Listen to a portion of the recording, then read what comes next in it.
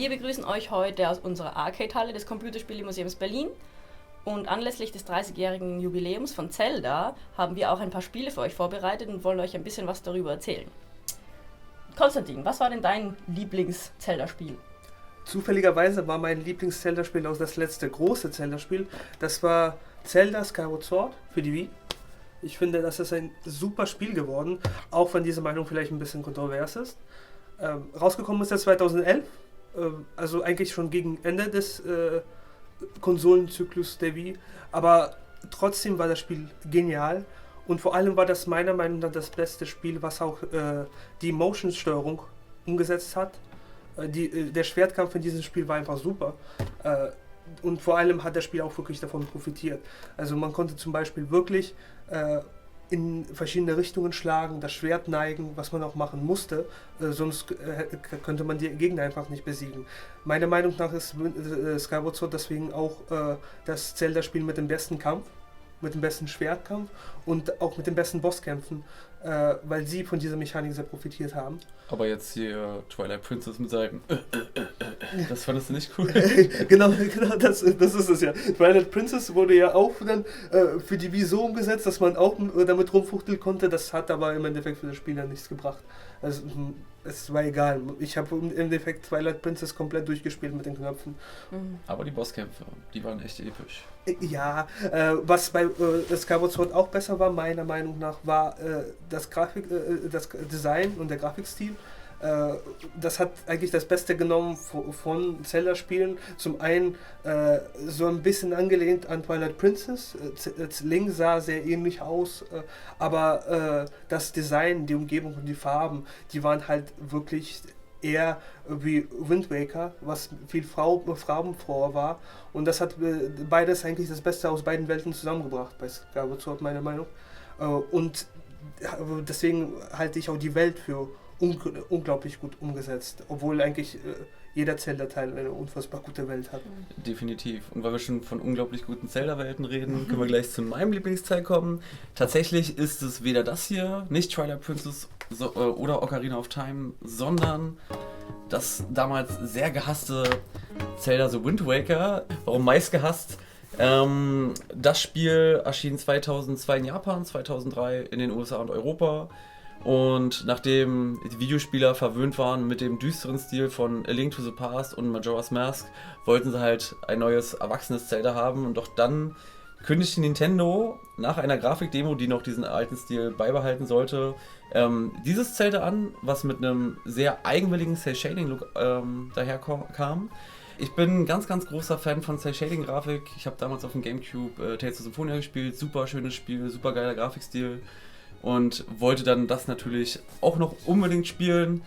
Und ich muss ganz ehrlich sagen, für mich können eigentlich alle Zeldas so aussehen. Ich liebe den Grafikstil. Ich finde Zelda, es hat noch nie so gut funktioniert. Die Gestik, also die Gestik und Mimik absolut putzig, absolut detailliert.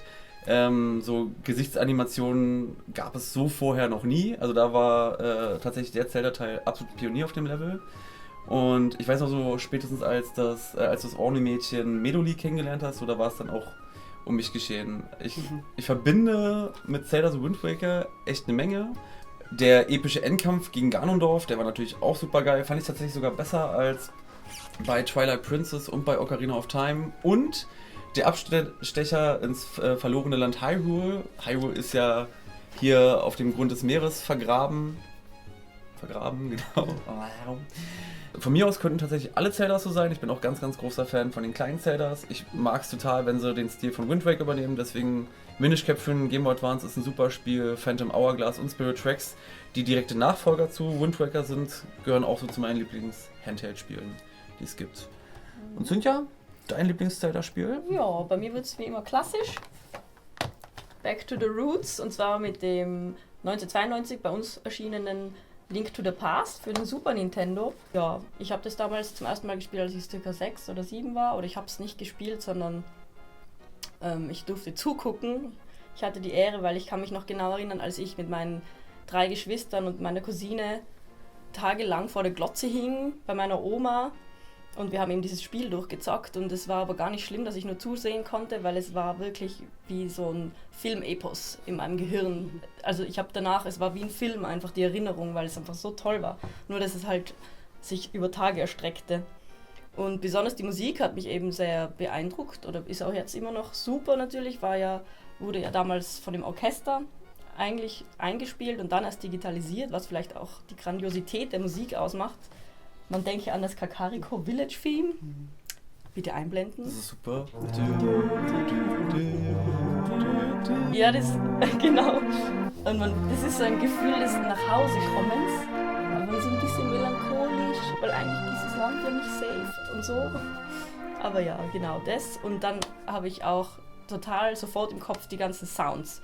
Wenn man die Truhen öffnet oder wenn man zum Feenteich kommt und geheilt wird. Und wenn man mit den Hühnern spielt oder besser gesagt die Hühner quält und so. Und dann weiß ich auch noch ganz genau dieses nervige, penetrante Piepen, dieses Piep, Piep, Piep, Piep, sobald man eben nur noch 2,5 Herzen hatte. Und das hat einfach in den Wahnsinn getrieben. Da muss man Zelda tatsächlich echt mal loben. Also man könnte es eigentlich die ganze Zeit loben, weil es super geile Spiele sind. Aber gerade so wirklich diese ikonischen Sounds, das haben sie ja wirklich mit jedem Teil geschafft. Immer wenn du eine Truhe öffnest, ist Ja, das wurde dann schon ein bisschen anders abgeändert. Da war ich dann ein bisschen enttäuscht, dass es diese Nee, ich finde, das war für mich schon so, oh, wieso ist das nee, jetzt anders? damit hat es mich gerade immer so zurückgeholt. In dem Moment, wo ich, glaube ich, meine erste Truhe immer in Zelda geöffnet hatte ich das Gefühl, alles klar, jetzt spiele ich ein Zelda. Jetzt ist es soweit. Oder halt auch so diese Feenmusik war ja auch immer so ein bisschen die gleiche. Da hast du auch so so ein Gefühl des Heimkommens. Ja, okay, hier bist du sicher. Ja. Das fand ich immer ziemlich grandios. Wobei ich dieses Feengelächter bei Ocarina of Time, das fand ich schon ein bisschen krass. Ocarina of Time hatte auch Navi, also den nervigsten Begleiter aller Zeiten. Also ich habe mich sehr geleitet von der Fee gefühlt, aber da war ich auch ein bisschen jünger, die hat mir wirklich weitergeholfen. Also erst jetzt, wenn ich jetzt wieder spiele, merke ich eigentlich, wie nervig die Fee ist. Ich stehe mehr so auf alte Männer, die sich in ein rotes Boot verwandeln. Also das ist, von denen lasse ich mich am liebsten führen durch ein Spiel. Also was ich noch so toll fand und was auch bei Ocarina of Time ungefähr weitergeführt wurde, ist dieser Sprung in die Schattenwelt, eben diese Dimensionen, die man hat bei Link to the Past. Und es war auch ein super Moment, als eben man plötzlich in dieser Schattenwelt ist und dann sieht man so, oh, krass, da ist die gleiche Karte, nochmal die gleichen Dungeons, das Spiel ist noch gar nicht vorbei und man denkt so, yeah, doppelte Spielzeit quasi und das fand ich echt super auch, oder? Also, dass das Spiel nicht vorbei ist, sondern dass man weiß, wow, da ist noch voll viel zu entdecken. Ja. Also das ist meiner wertvollsten Kindheitserinnerungen ist tatsächlich Zelda Link to the Past spielen und zugucken. Ich habe ja Zelda Link to the Past auch hart gesuchtet. Ist auch eins meiner absoluten Lieblings-Zeldas. Ich würde sogar sagen, es ist das beste 2D-Zelda, was jemals erschien. Genau. Ich finde es auch super. Favorite. So, und wir können ja dann mal ganz kurz, manche werden es vielleicht schon erraten haben, was wird unser Spiel des Monats?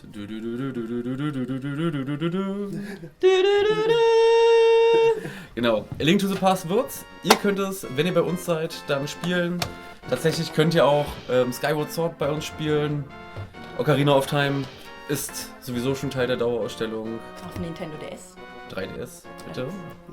Wenn es euch zu uns zieht, dann freuen wir uns natürlich auf euren Besuch und wir wünschen euch viel Spaß mit Zelda, A Link to the Past, Skyward Sword, Ocarina of Time.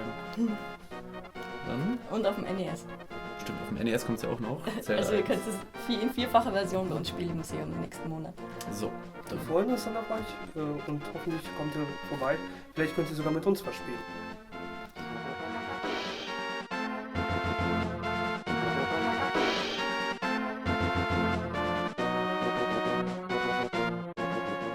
Und für die ganz, ganz großen Zelda-Fans unter euch kann ich übrigens das gute Stück hier noch ans Herz legen. Das ist das sogenannte Zelda Hyrule Historia. Das erschien zum 25. Jubiläum. Da steht quasi wirklich alles Wichtige über die Zelda-Reihe drin. Ich hoffe, ihr hattet Spaß mit unserem Video und wir freuen uns auf euren Besuch. Tschüss. Tschüss.